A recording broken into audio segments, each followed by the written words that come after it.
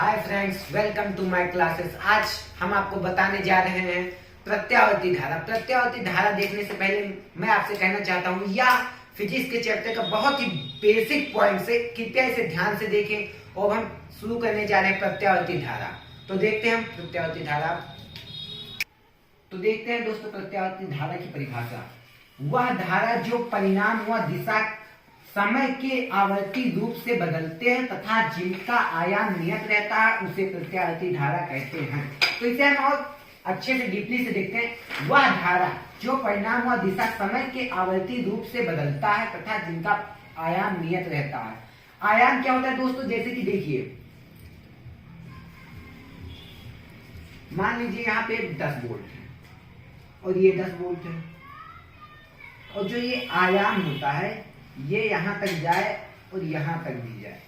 अगर इस तरह होगा तो समझ जाइए इसका आयाम निश्चित है, मतलब ये बराबर दूरी पर होना चाहिए। यहाँ पे अगर 10 वोल्ट है तो यहाँ पे भी 10 वोल्ट ही होना चाहिए। उसके बाद बताया गया है प्रत्यावर्ती धारा में एकांतर अर्ध चक्र धनात्मक व ऋणात्मक होते हैं। तो आप जानते हैं ये हमेशा धनात्मक तथा ये हमेशा ऋणात्मक होता है। तो हमने आपको प्रत्यावर्ती धारा बताया, तो हम एक चक्कर फिर से देख लेते हैं क्या होता है। वह धारा जो परिणाम व दिशा समय के आवर्ती रूप से बदलते हैं तथा जिनका आयाम नियत रहता है। आयाम हमने आपको बता दिया, आयाम एकदम बराबर होता है, एकदम दोनों का बराबर होता है, उसे ही नियत रहता है, प्रत्यावर्ती धारा कहलाते हैं। उसे ही हम प्रत्यावर्ती धारा कहते हैं।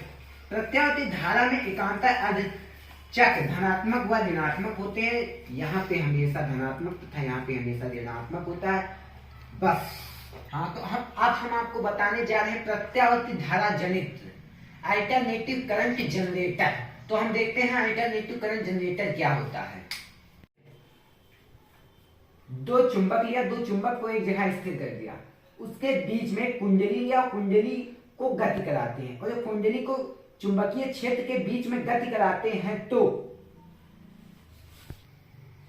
जैसे देखते हैं उदाहरण के तौर पे, मान लीजिए कोई कुंडली है और इस कुंडली को इस प्रकार रख दिया गया है। आप देखते हैं जब ये गति करता है, इस प्रकार जब ये गति करता है तो आप देखते होंगे यहां से जो चुंबकीय फ्लक्स होता है, ये चुंबकीय फ्लक्स इससे प्रवाहित होता है। जब इससे प्रवाहित होता है तो इसके संख्याओं में परिवर्तन होता है। जब इसके संख्याओं में परिवर्तन होता है तब एक धारा प्रेरित होती है जिसे विद्युत धारा कहते हैं। जब विद्युत धारा प्रेरित होती है, या फैराडे के प्रथम नियम से, फैराडे ने विद्युत चुंबकीय प्रेरण में एक नियम दिया था, उस नियम में उन्होंने बताया कि फैराडे ने अपने प्रथम नियम में बताया कि जब चुंबकीय फ्लक्स में परिवर्तन होता है तब एक धारा उत्पन्न होती है, वह धारा विद्युत धारा कहलाती है।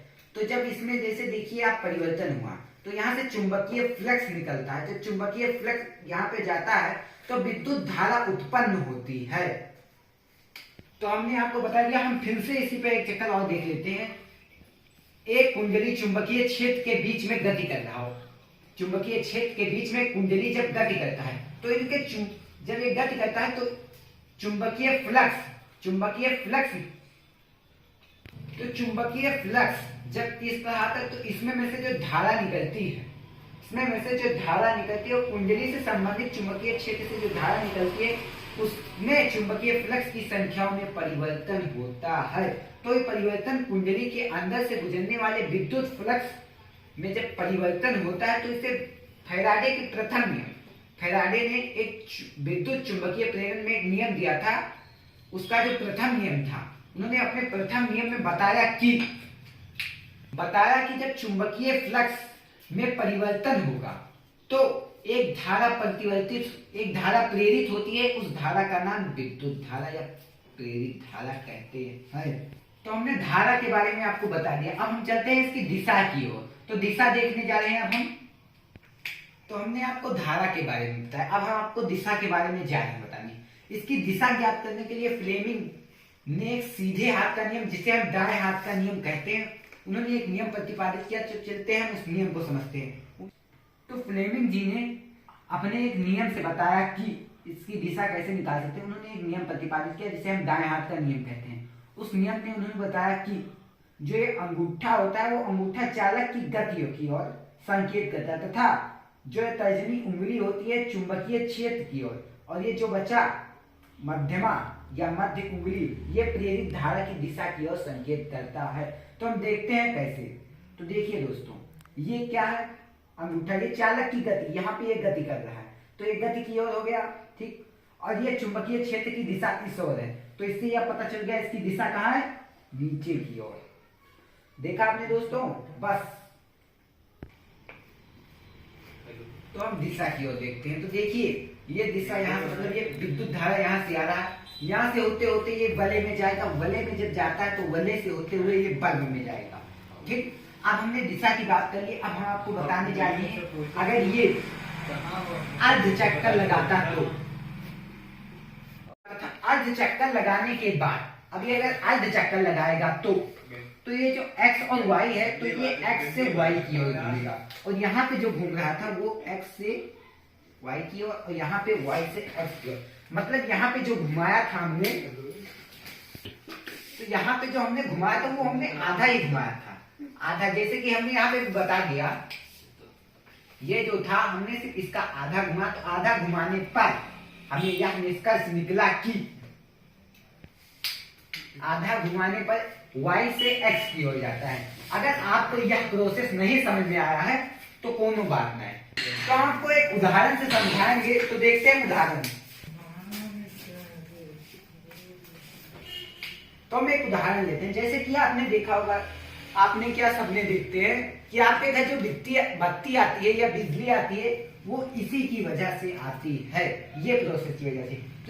ये प्रोसेस जो होता है, ये आपने बांध का नाम सुना होगा, हीराकुंड बोल बांध जो फेमस है, बिजलियां बनाई जाती हैं। तो देखते हैं किस तरह बनती है। जब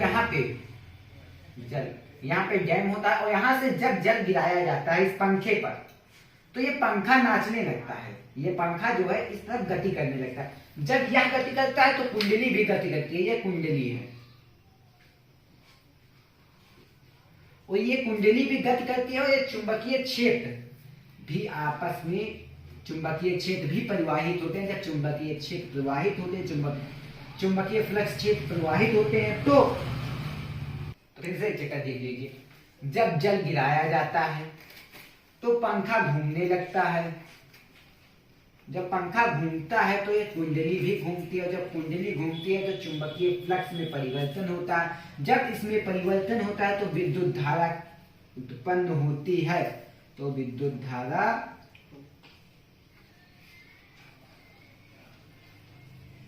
धारा उत्पन्न होती है। इसी की वजह से हमारे घरों में बिजलियां आती हैं, और इन करंट को, इस धारा को हम एसी करंट या अल्टरनेटिव करंट कहते हैं। तो दोस्तों, समझ में आया हो तो अच्छी बात है, ना समझ में आया तो आप हमारे व्हाट्सएप नंबर डिस्क्रिप्शन बॉक्स में दिया होगा, आप वहां से खुद से समझ सकते हैं।